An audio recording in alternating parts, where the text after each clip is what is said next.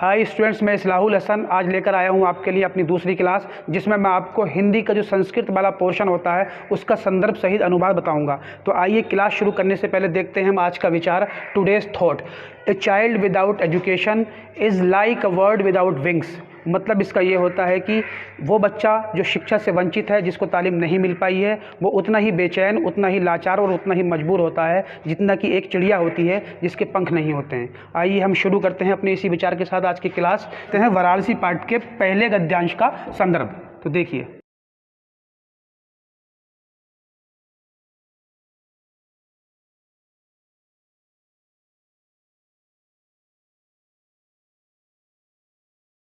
तो स्टूडेंट्स इस तरीके से ये हमारा संदर्भ जो है गद्यांश का वो पूरा होता है। आइए हम आते हैं अनुवाद की तरफ। तो देखिए, इस तरीके से हमारा संस्कृत का जो गद्यांश था उसका संदर्भ हमारा समाप्त होता है। अब हम शुरू करते हैं संस्कृत के गद्यांश का हिंदी अनुवाद। हिंदी अनुवाद को मैंने बोर्ड पर वर्ड टू वर्ड लिख रखा है, जिसमें आपको शब्द अर्थ के साथ दिया गया है। आमतौर पर बच्चे क्या करते हैं कि संस्कृत के गद्यांश को रटते हैं, वो भी एग्जाम के टाइम पर आकर। और रटे हुए किसी भी गद्यांश की अगर आप रटते हैं किसी भी गद्यांश को, तो उसकी खासियत ये होती है कि आप एग्जाम के टाइम पर जाकर उसको भूल जाते हैं। मैंने आपके लिए व्हाइट बोर्ड पर पीछे लिखा हुआ है, एक एक सेंटेंस, एक एक वाक्य के सामने उसका अर्थ लिखा है, एक एक शब्द का अर्थ लिखा है, जिससे कि आप रटने से बच सकते हैं और एग्जाम में बड़ी ही आसानी से आप इसका अनुवाद लिख सकते हैं। तो देखिए, हम देखते हैं क्या लिखा है इसमें। एक एक सेंटेंस का देखेंगे, वर्ड टू वर्ड देखेंगे। सबसे पहला सेंटेंस है हमारा, वाराणसी सुविख्याता प्राचीन नगरी। तो वाराणसी क्योंकि हिंदी का वर्ड है, वाराणसी खुद एक हिंदी का वर्ड है, तो वाराणसी का मतलब वाराणसी ही होगा। तो देख लीजिए वाराणसी। ये सुविख्याता जो है आपका, सुविख्याता ये दो शब्दों से मिलकर बना है, सु प्लस विख्याता। सु का मतलब होता है बहुत और विख्याता का मतलब होता है प्रसिद्ध। तो सुविख्याता का मतलब हो जाता है बहुत प्रसिद्ध। प्राचीन का जो मतलब होता है वो होता है पुरानी, और नगरी जो कि एक हिंदी का वर्ड है, आप नगरी के लिए नगरी ही ले सकते हैं। तो इस तरीके से आपके पहले सेंटेंस का अनुवाद निकलता है, वाराणसी बहुत प्रसिद्ध नगरी है। अब आप आते हैं दूसरे वाक्य पर। दूसरा वाक्य है, इयम विमल सलिल तरंगाया गंगाया कूले स्थिता। अब वर्ड टू वर्ड देखिए इसकी हिंदी। इयम की हिंदी होती है, इयम की हिंदी होती है ये है, इयम की हिंदी होती है ये, और विमल, ये तीन शब्द हैं, ये तीन शब्द हैं, विमल सलिल तरंगाया, जिसमें विमल का मतलब होता है स्वच्छ, सलिल का मतलब होता है जल की, और तरंगाया का मतलब होता है तरंगों वाली। ये स्वच्छ जल की तरंगों वाली, गंगाया का मतलब होता है गंगा के, और कूले का मतलब होता है किनारे, और स्थिता का मतलब होता है स्थित है। इस तरीके से आपके पूरे वाक्य का मतलब निकल कर आता है, अनुवाद निकल कर आता है, ये स्वच्छ जल की तरंगों वाली गंगा के किनारे स्थित है। आइए हम आते हैं अब तीसरे वाक्य पर। अस्या घट्टा नाम। अस्या का मतलब होता है इसके। जिस तरीके से अंग्रेजी में हर होता है, जिस तरीके से आप अंग्रेजी में हर का इस्तेमाल करते हैं, उसी तरीके से संस्कृत में स्त्रीलिंग के लिए अस्या का इस्तेमाल होता है, अस्या का इस्तेमाल होता है। तो अस्या का मतलब होता है इसके, घट्टा नाम का मतलब होता है घाटों के, इसके घाटों की वलय आकृति। वलय आकृति कहते हैं घुमावदार। जैसे गांव में आपने देखा होगा कुआं होता है, कुएं का मन होता है, तो उस आकृति को कहते हैं वलय आकृति। वलय आकृति का हिंदी मतलब होता है घुमावदार। तो इसके घाटों की घुमावदार पंक्ति, जो कि खुद भी एक हिंदी का ही वर्ड है, तो इसकी कोई भी मीनिंग नहीं होगी, बल्कि पंक्ति ही हो जाएगी। इसके घाटों की घुमावदार पंक्ति धवलायाम। धवलायाम का मतलब होता है सफ़ेद। इसकी घाटों की घुमावदार पंक्ति सफ़ेद। चंद्रिकायाम, चांदनी में, चंद्रिकायाम का मतलब होता है चांदनी में।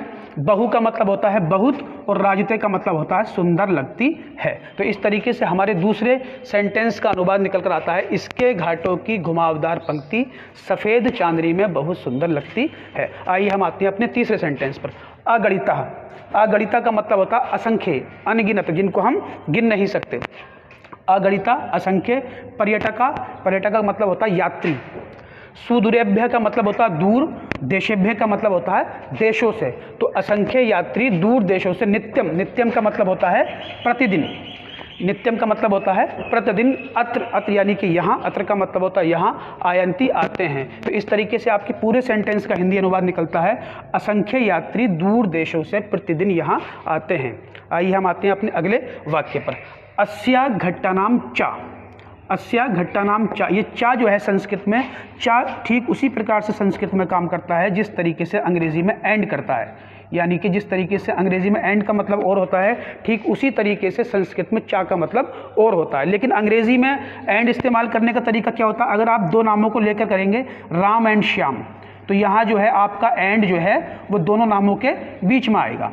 राम एंड श्याम। अगर आप कहेंगे राम और श्याम, इसको अंग्रेजी में कन्वर्ट करेंगे तो आपको राम एंड श्याम कहना पड़ेगा, लेकिन संस्कृत में थोड़ा अलग होता है। संस्कृत में आप एंड को या चा को बीच में नहीं बल्कि बिल्कुल लास्ट में करेंगे, दोनों नामों के लास्ट में उसको इस्तेमाल करते हैं। जैसे राम श्याम चा, राम और श्याम, यानी कि यहाँ अंग्रेजी की तरह एंड नहीं करेंगे बल्कि क्या करेंगे, राम और श्याम करेंगे। तो आइए हम देखते हैं अपने अगले सेंटेंस का मतलब, अस्या घट्टानाम चा। तो इस चा का मतलब होता है और, हालांकि ये तीसरे नंबर पर है, अस्या घट्टानाम चा तीसरे नंबर पर इसका लिखा गया है, लेकिन इसका मतलब जो है वो हम सबसे पहले ले आएंगे। चा का मतलब होता है और इस अस्या का मतलब होता है इसके, और इसके घट्टानाम का मतलब होता है घाटों की, शोभाम का मतलब होता है शोभा, और विलोक्य का मतलब होता है देखकर, इमाम का मतलब होता है इसकी, और बहु का मतलब होता है बहुत, और प्रशंसन्ति का मतलब होता है प्रशंसा करते हैं, और इसके घाटों की शोभा देखकर इसकी बहुत प्रशंसा करते हैं। तो इस तरीके से आप ये वर्ड टू वर्ड देख सकते हैं, किसी भी तरीके से आपको रटने की जरूरत नहीं है, क्योंकि आप इसका वर्ड टू वर्ड मतलब निकाल सकते हैं। रटने का क्या होता है कि रट के जब जाएंगे आप एग्जाम में तो उसको याद तो कर लेंगे, लेकिन एग्जाम में क्योंकि साइकोलॉजिकल प्रेशर होता है बंदे के ऊपर, साइकोलॉजिकल प्रेशर में रटी हुई चीज़ को इंसान भूल जाता है। अगर आपने समझ के किया है, वर्ड टू वर्ड मीनिंग पता है आपको, वर्ड मीनिंग पता है, उसके शब्द अर्थ पता है, तो आपको वैसे तो लगेगा कि वो याद नहीं है, लेकिन जैसे ही वो पैराग्राफ या गद्यांश आपके सामने आएगा तो आपको एक एक वर्ड मीनिंग समझ में आ जाएगा और आप उसको बड़ी ही आसानी से अपना हिंदी अनुवाद कर सकते हैं। इस तरीके से आप किसी भी गद्यांश का हिंदी अनुवाद, संस्कृत के किसी भी गद्यांश का हिंदी अनुवाद बड़ी ही आसानी से और बड़ी ही ईजिली वे में कर सकते हैं। और मैं आपको इसको जितना भी पूरा पोर्शन है आपका संस्कृत का, इसी तरीके से वर्ड टू वर्ड आपको संस्कृत के सारे गद्यांश की, सारे पद्यांश की और सारे श्लोक की हिंदी अनुवाद वर्ड टू वर्ड लिखकर ही कराऊंगा। उम्मीद करता हूं कि आपको मेरी क्लास अच्छी लगी होगी। अच्छी लगी है तो क्लास को शेयर भी करें, लाइक भी करें और चैनल को सब्सक्राइब करें। Thank you very much.